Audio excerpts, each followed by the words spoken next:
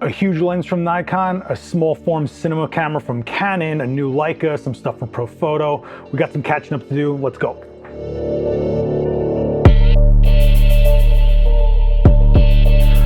What's going on, everyone? Seth Miranda here. This is Adorama Rewind, and this is bi-weekly now, so I kind of got to put that extra arrow on that other type of rewind and push it a little more.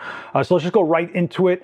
Nikon released the 400mm f2.8 for the Z mount with the built-in teleconverter. Let's go talk about this crazy lens. So it looks really, really light as far as the weight goes. It seems compact for what it is. It's a 400mm f2.8 with a 1.4 built-in teleconverter, which means you can get to 560 millimeters at f4, and then if you go into crop mode, you know, DX or APS-C, you can get yourself to kind of an 840 millimeter, if you want to think of it that way, at 24 megapixels. Now, the one thing I wanted to bring up with this was a lot of people were talking about, well, why can't they just release a lower cost 400 millimeter and then you could choose to put the 1.4 teleconverter on after the fact if you wanted to, for like a $600 price point on the teleconverter that's out there now. And the reason that makes this kind of awesome for what they just put out here, not only is it super unique to have a 400mm 2.8 with a built-in teleconverter, which I haven't seen before, this is integrated. So the built-in teleconverter actually is optimized, and the difference between having something that you put on the back of the lens where the last piece of glass that the light leaves before projecting onto your sensor plane is the teleconverter, this is built in with still lens groups after the fact. If you look at this thing right here, this is the teleconverter right here towards the back half, and then you still have some lens elements and the mount itself. So when you're flicking that 1.4 in, it's actually calibrated specifically to be as if it's part of that lens rather than an add-on. This is as optimized as can get to have an optional teleconverter. When you have something that's after the fact, it's, you know, they do the best they can, so because it has to work with so many lenses as an add-on towards the back end, but it can never be completely calibrated and perfect for all the different variables that happen between different lenses and adding on that teleconverter. This keeps it seamless and as, again, calibrated and as optimized as it can get. And at the price point of $14,000, it better be optimized, right? I mean, you know, look, this is a lens that not a lot of people are going to buy. A lot of people might rent. A lot of sports photographers might get it to for when they need this. You know, they hit the game and they return it back to rentals, or maybe it's something that's just a premium, super pro, uncompromised piece of gear. And that's awesome. It also introduces a new autofocus system. So they're calling it and I'm not kidding you, it's actually called the Silky Swift Voice Coil Motor. And what's really interesting about this is it's driven by magnets, not gearing. So this allows it to be faster and more accurate, because gearing is actually at the mercy of the size of the teeth of the gear actually clicking into place. This isn't. This means that the magnet can just find its perfect spot in any position almost infinitely along the, you know, field of travel for the magnet to move back and forth. What's really funny about this is if you look at the fine print, they're like, if you have a pacemaker, chill out. You're not going to want to go near this lens, which is kind of wild. And this new magnetic based autofocus allows it to be super quiet, super smooth, highly accurate, right? Like I talked about before, but it also can correct some focus breathing going on in there as well. So this means that it's almost like you're not even realizing it's focusing, which is what I'm getting from all the test footage I've seen coming from Nikon and stuff when they show it through the EVF. You can't even tell that the lens is focusing. That's pretty amazing, but it's really cool to see that Nikon is rolling out all this new technology. The Z9 was a push forward, not having a mechanical shutter. We got this new magneto-based, I don't know what you want to call it, I guess SSVCM autofocus. I'm wondering if we'll see that in other lenses. Is it only going to be in a premium, you know, top level, you know, several thousands of dollars lenses? Maybe, I don't know, but we'll see what's going on. The Z series seems to be fleshing out and really progressing where Nikon is as far as their technology, what they've been developing. And this is where it gets exciting, right? We see what's been taking place behind closed doors for the last few years of these systems, just like the Canon RF system, which we're going to get to in a little bit. But speaking of high-priced items, let's talk about the Leica M11. So I actually got a chance to mess with it for like half a day. We put out a video talking about the specs of this thing. The legendary M series, yeah, it gets a new edition, right? So the M11 is really interesting. So this camera is a full frame 60 megapixel sensor, but as you lower the resolution from 60 to 36 and even down to 18, what actually happens is pixel binning. And this actually remaps the pixels a bit so that they're larger. So you're not just like downsampling the file, but you're actually optimizing the sensor for those low resolutions. So you're lowering your noise in higher ISOs, and they're actually claiming you get an extra stop of dynamic range. This is really interesting, and I think it's a really cool technology, and definitely a really nice way to think about it, where if you're gonna sacrifice resolution, could you get the benefits of a low resolution sensor without having to change cameras, right? This is crazy. I'm wondering if other brands are going to get into this. I'm wondering if this is going to be kind of a standard way of doing things. We really looked at it more of a, yeah, it's still using the entire sensor and they're downsampling the data coming off that sensor, but this is actually changing the way the pixels are being formed on the, not being formed, but being used on the sensor to optimize them as if you just put that camera down and picked up a lower resolution sensor. So I'm really curious to try this camera out even further. I think we have plans in the works for that. It is a beautiful camera. It is really well made. And of course, it's a Leica M series, so it's an actual rangefinder, which I know is kind of like rare these days. You know, it's got that Leica, you know, quality to it that you just know it's built really well. You get those special files that have that incredible color, incredible tones. And I could talk the romance of Leica all you want, but go check out that video if you want me to go in depth on that. Some other specs that I find really cool: 64 gigs of onboard memory for the Leica M11. I think this is awesome. That means you have the SD card slot and onboard memory. The memory on board is super fast. You can shoot to the body and then offload it to a card and then hand it to somebody if you wanted to, or treat it as if you have 2 card slots, but you only need 1 card. Or, you know, you pick up that camera and you just know it's always ready to shoot. If you got power to it, you can have storage in there all the time without needing card. I always thought that cameras should have some sort of onboard memory just in case you're ever in a jam. It's a good thing to have. Consumer cameras in the beginning of digital, when they were like 3 megapixel, actually did have like 8 megabytes of like demo storage on it, and it was super useful back then, especially if you're someone that's not sure what you're doing when you're buying your first camera. You just want to mess around with it before you start buying cards and stuff. I'm not going to go down this rabbit hole, but I just think it's really cool that Leica is thinking in these directions, and there's a lot of other things that are going on in this camera. So just check out the link below, check out the video that we put out on the M11 where I run down the specs. And if you are a Leica shooter, let me know what you think about it and all the changes, because Leica does subtle incremental changes as they go through their series. This one seems like a lot of changes. Really, really interesting. And if you are a Leica shooter, I am really curious about your thoughts on it, and are you excited about it? Okay, so let's talk about Canon for a minute, because unless you've been living under a rock, you have heard about the Canon EOS R5 C. Yeah, this thing right here, this Frankenstein. What is this?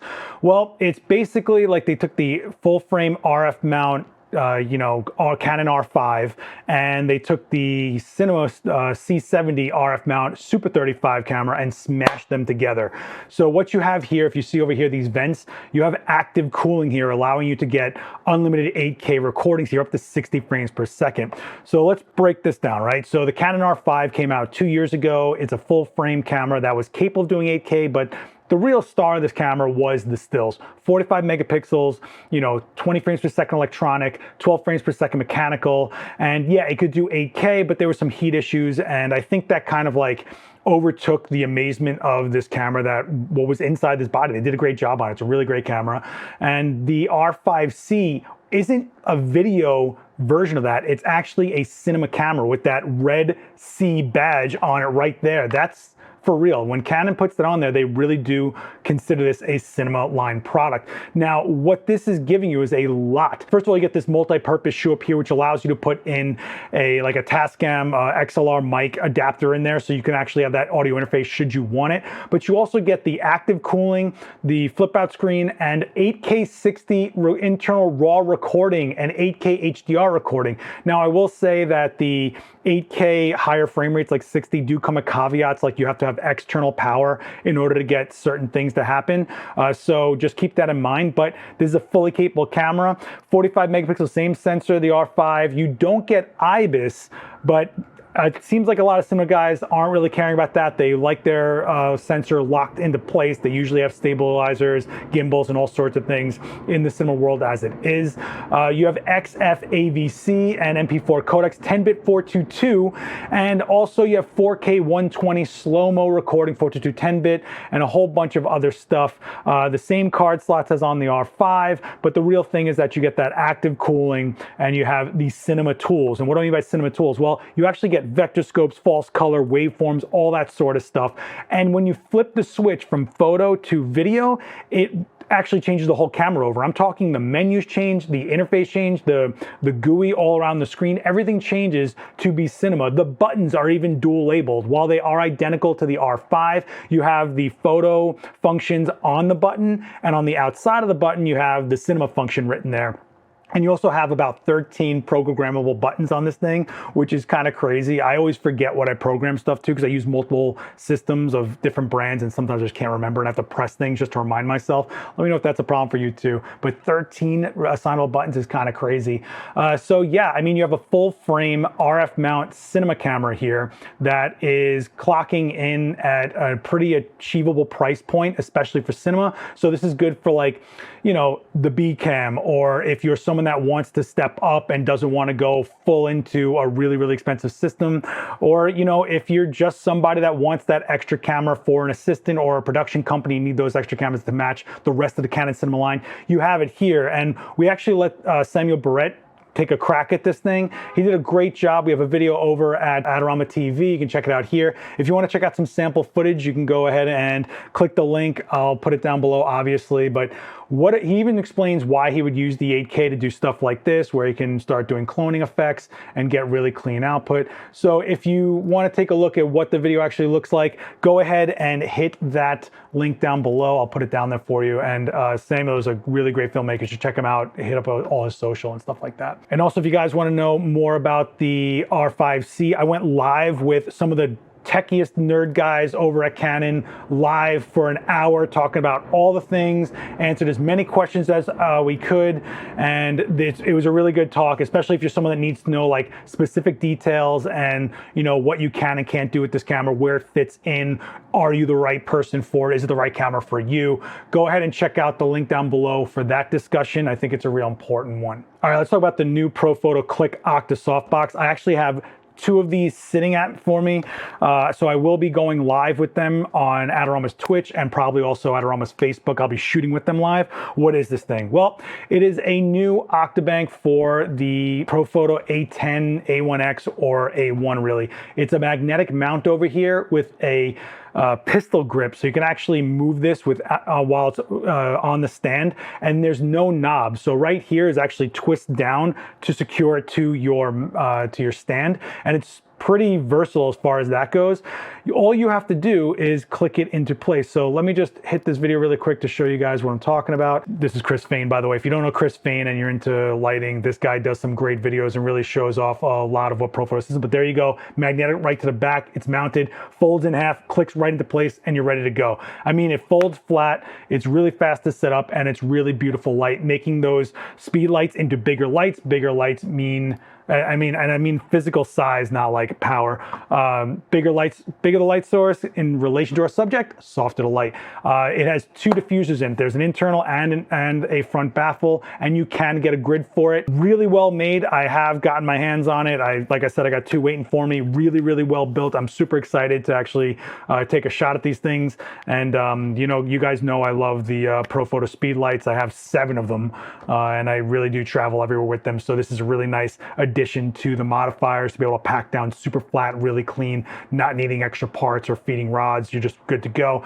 And you know, Profoto makes some pretty good modifiers when you look at the light quality that comes out of them. Let's go right into shout of the week. This one goes out to you, Richard Glover. If you can give him a quick follow. This guy is constantly working on his game and is always in the Adorama chat, asking questions, always submitting images to when we do critiques and stuff, and always takes it to the next level after he hears what people give him as feedback. So go ahead and give this guy a quick follow. Put the link down below, obviously. All right, let's close this out with question of the week. I'm just going to keep it stupid and simple. Floss, waxed or unwaxed?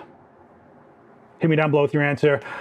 Till then, Hit me in the comments down below if you want to talk about any of this stuff. I will see you guys down there. Don't forget to like, share this video around, hit subscribe, and don't forget to hit the bell so they get notified when Adorama drops more videos. There's about 2 videos a day on this channel, and you don't want to miss out on any of it, especially if you're trying to up your game as far as learning anything about lighting, hear about new products, see what's going on out there, and learn from some really great educators out there. There's a huge roster on the Adorama channels. And don't forget, tonight I will be live on twitch.tv/AdoramXP. We're going to talk about that Microsoft buying Activision for $68 billion. So if you're into gaming, hit us there, and the Discord as well. Don't forget about that. Huge community in there. And all right, well, I'm just gonna cut it there, guys. This is a rough dismount, but is what it is. See you guys in a couple weeks. Later.